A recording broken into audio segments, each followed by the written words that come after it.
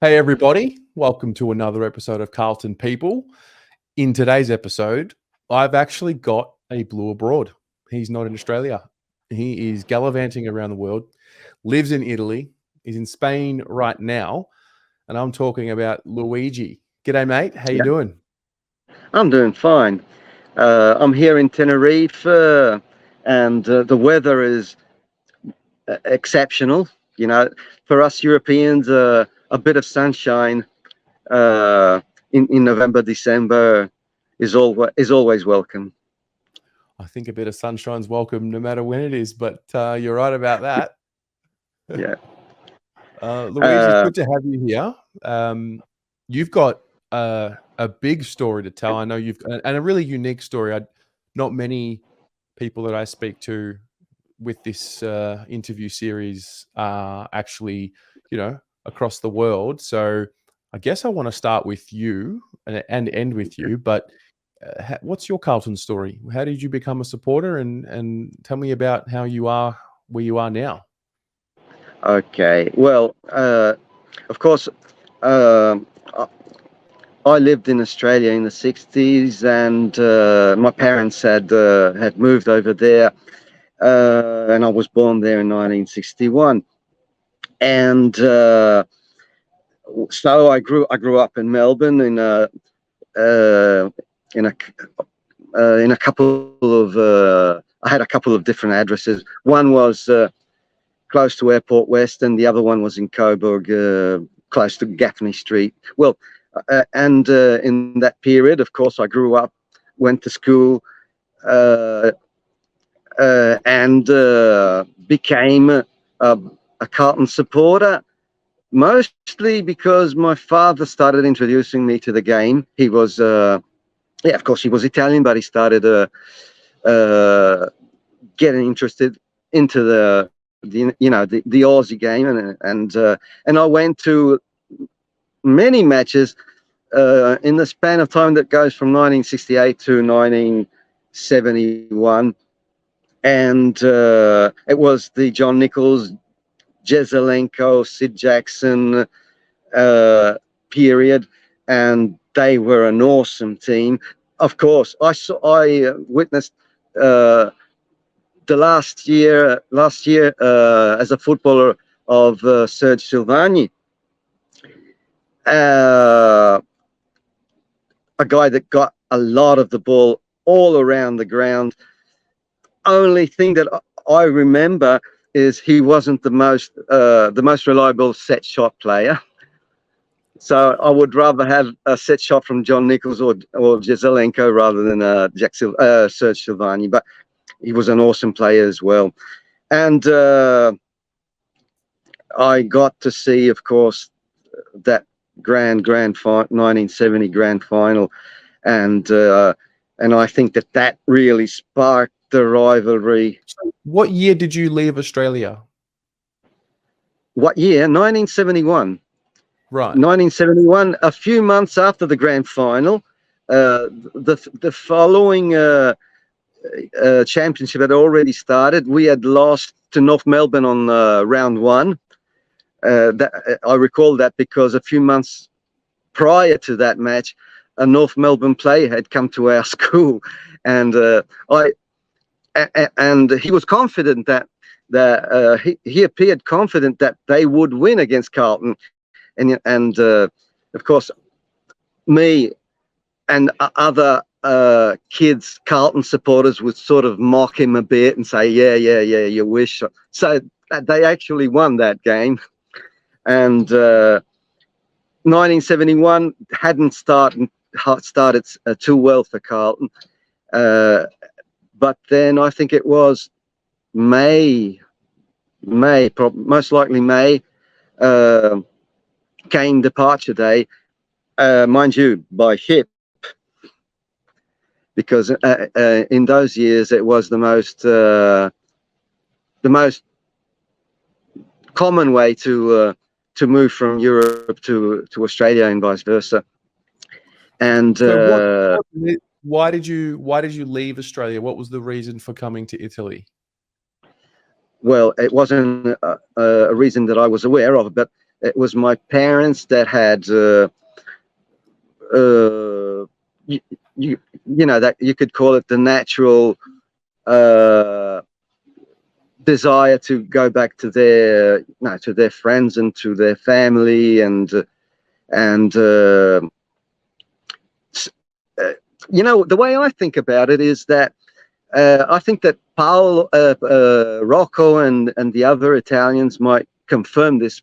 My theory is that, you know, Italians, lots of Italians eventually decided to stay in Australia, and they made a good choice, of course, because Australia is a wonderful place. I mean, it still is my dreamland, and basically even my parents would agree. But you know, you have to weigh your interests, and they wanted to go back to Italy.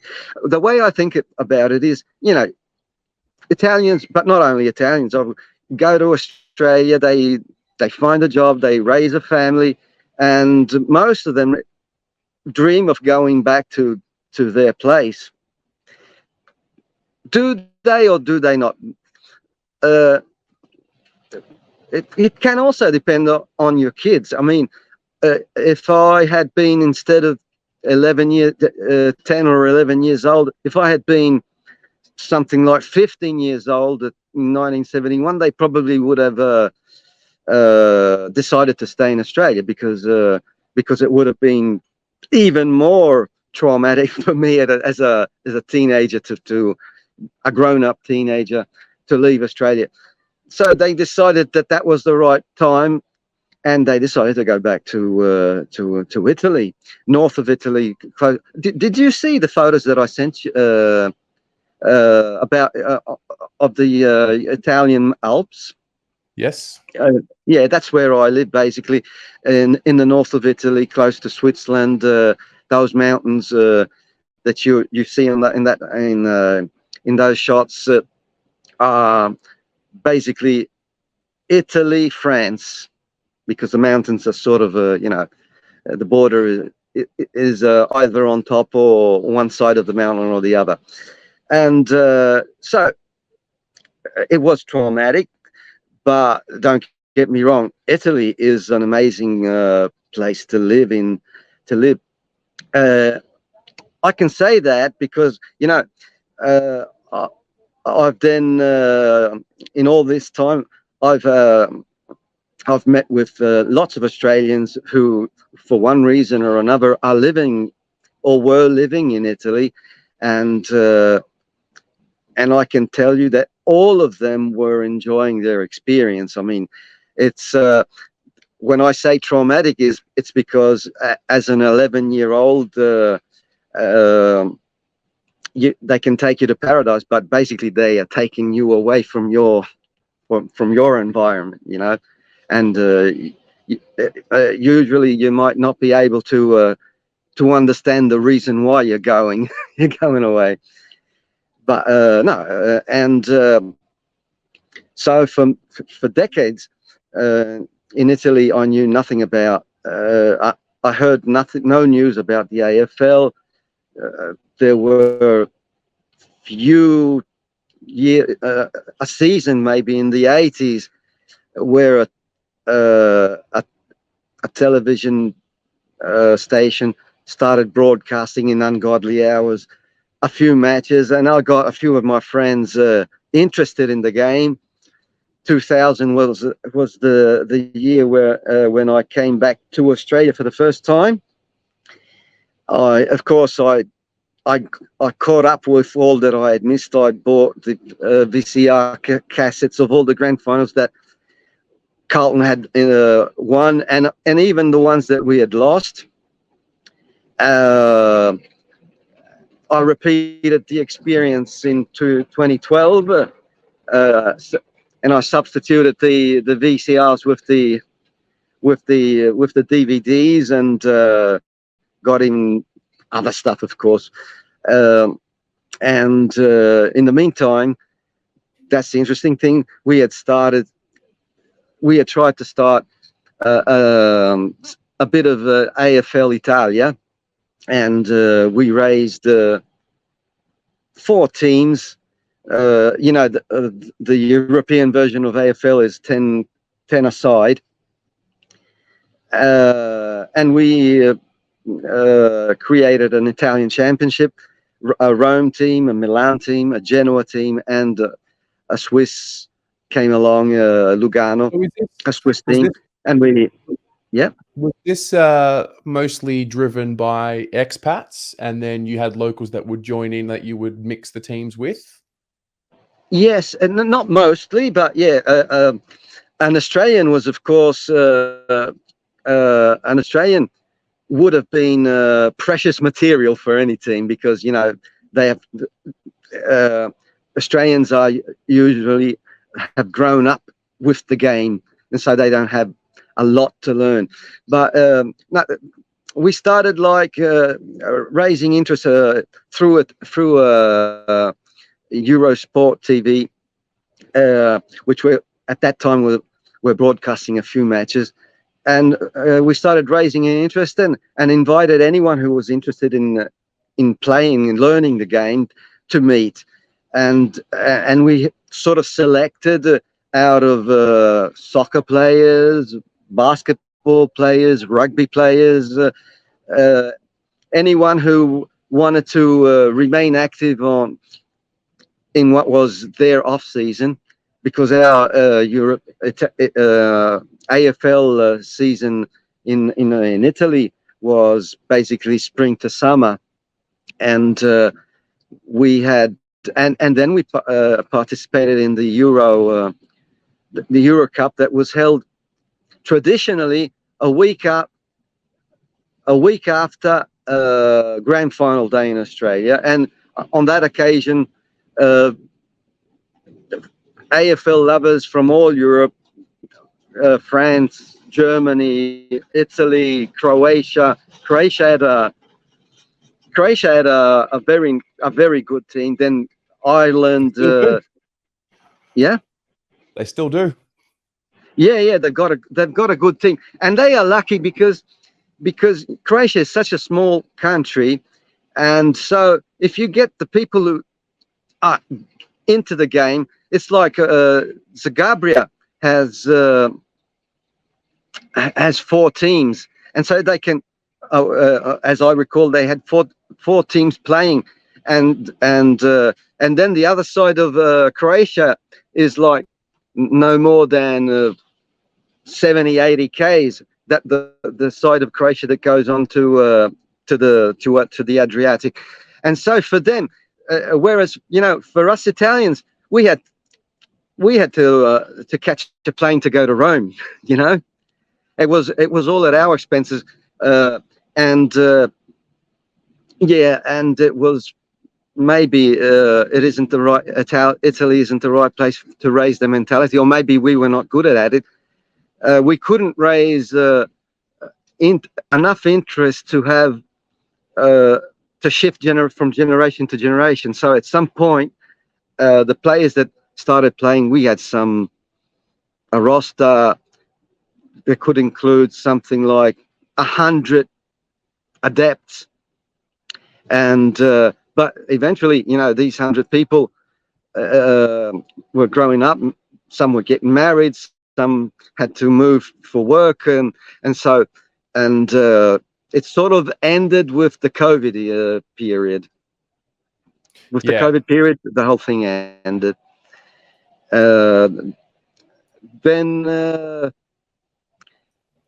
But now, thanks to internet and thanks to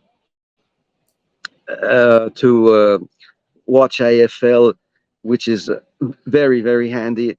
It's been, unfortunately, through the Carlton dark period, I've been able to watch a lot of games, and all of my friends who got interested in the game, picking up a team. At least I have the banter, So yeah. I'm curious. You live in Italy for so long, particularly in an era where it's really hard to stay up to date because we haven't Yeah. moved into the internet era yet. What Yeah. made you stay so loyal to Carlton when you've been living away for so long?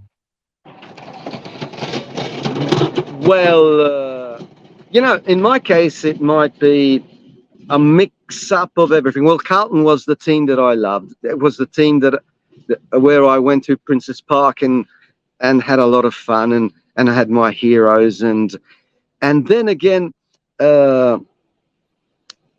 Carlton was not. In my case, Carlton was not just Carlton; it was Australia. It was, and so it was my staying connected as much as I could to my childhood, and it grew up with me. And luckily, in time, I was able to make it real instead of just a childhood dream. When you pick a team, it's very rare that someone that you change it. It's like in Italy, they say something like you can divorce a wife, but you could never you could never change your team. Even if I know some people who in their growing up period did. I have a cousin in Australia who in the 60s was a Geelong supporter, and he is now a long time has been a long time Collingwood supporter. I don't know exactly when in this lapse of time he changed, he flipped sides. So when you get to the era when you're living in Italy, when the world changes and you now start to have access to watching games every week for the first time, what's that period like for you? Because you already love the club. You get drip fed the information from maybe letters or whatever when you speak to your family in Australia. When you have the ability to watch it again, what's that like for you? It's magic. It was a dream come true. Not only the possibility to watch it, but the possibility to have people around you who know what you're watching and banter and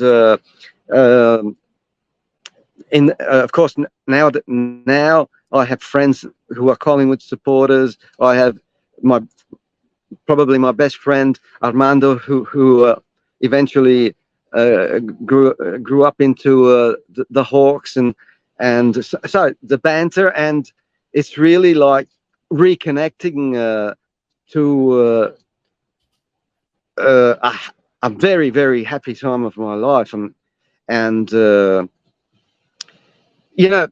when I came over to Italy, even just to hear someone talk English was like a holiday, a festivity. It was. I had this radio, my dad's radio, and the channels weren't fitting. I was hearing a whole bunch of languages, but not English.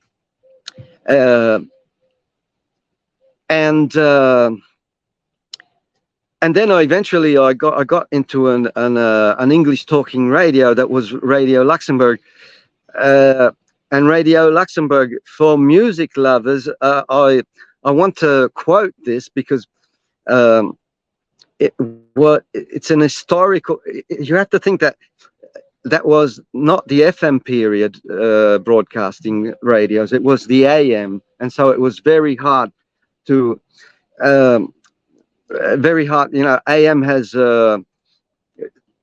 covers a lot less kilometers and miles, and so I got into Radio Luxembourg and radio, and later on I discovered that Radio Luxembourg, it was created for the Americans in Europe after World War II, and it had that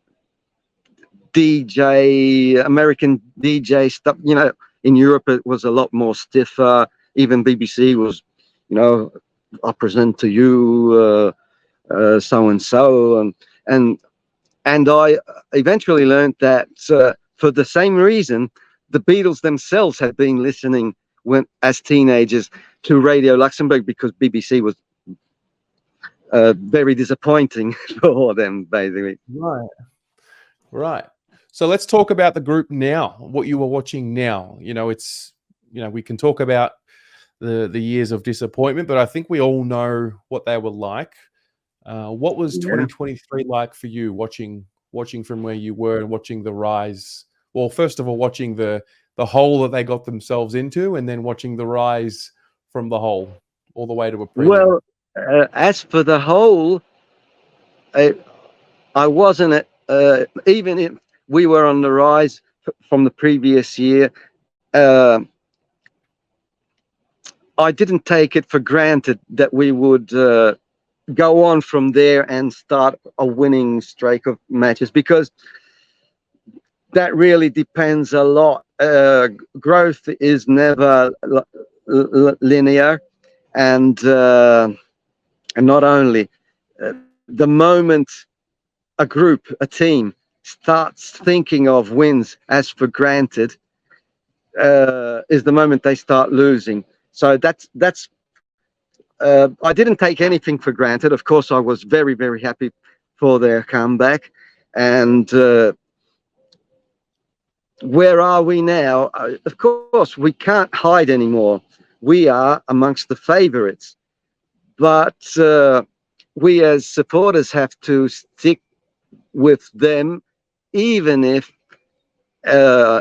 we should repeat something like a bad period again. Hopefully not, because I really think that the team has everything it needs to compete,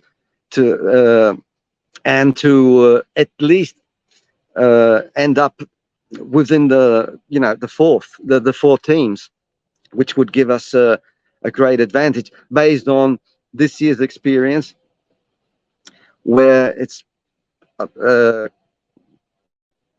obvious, I would say, honestly, we didn't get into the grand final just because we had the prelim away in Brisbane, and we all know, yeah, of course, we could have won that game, but it would have been much better if we had had achieved a Melbourne, a home game in Melbourne, and I think in that case we would have played a grand final. And I don't want to go. Give them something to look forward to. They've got a.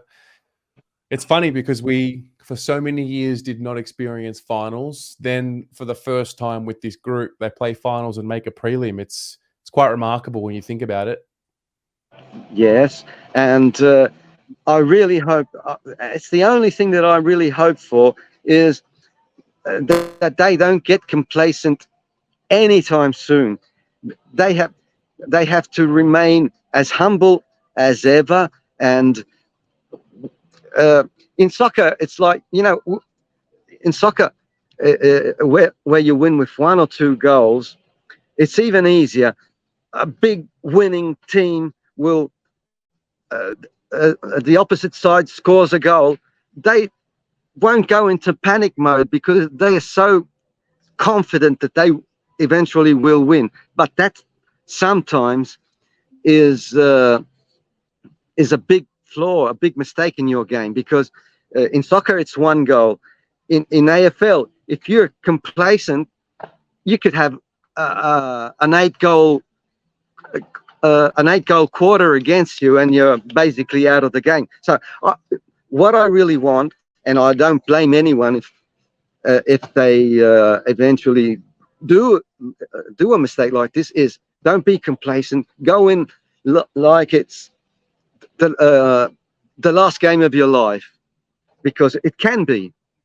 So that's all. And hopefully that they will show results with that attitude. Do you think? I mean, you've seen the great teams. What do you look for with this group in particular now as being the next layer for them to take the next step? What's missing? What is missing in this? Well, when it would a bit of speed and wouldn't from halfback I would take that in as an improvement. But most of all, their entrances, the way they come into the, not relying only on our two bigs. We have to get into the 50 meters with better entrances. That's so small forwards would help in that regard, and because I really think that as for the midfielders, the inside midfielders, I think we are very close to the best in the comp. So it's getting into the 50s more efficiently, and I think if we do that, there's no reason why we can't get into the grand final, because I think the time is, we're on the rise. The players are, if it's not now or never, because I think we have at least a 3 or 4 year window to be great. The sooner we win one, the better a chance we will have to win more than one in this period. That's how I think, and I rate the Blues. I think we have everything that is required to eventually get to this grand final. Hopefully, cross fingers. Hopefully, it's against the Magpies, and then yes, that could have been this year. And I mean, it would have been and to win it would have been a real dream come true. I mean, imagine the rival, the Pies, losing another one to the Blues. I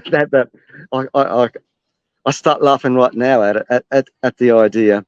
Yeah. What? So my final question to you is, which year do you think the group will next lift up the cup? Well, why not this year? Why not? I mean, things can go wrong, but I really rate the team very, very, very, very highly. I would, if I were the coach, I wouldn't tell them that. I would tell them that they have to improve, because that's what they have to do. If you're in sports, you have to improve like it's your life depended on it every day. And I really hope that attitude sticks with most of the players, from the draftees to the most experienced. It's never too late to keep on improving. But on the other hand, I think that this team can make it to the grand final and can even win it, because we proved this year that we could win with any team on a given day. We had the hardest task, because the Brisbane Lions over there in Brisbane have never lost this year. No, okay. It's the toughest ask in football at the moment. I totally agree. Yeah. And we almost got there. I think with a bit of experience.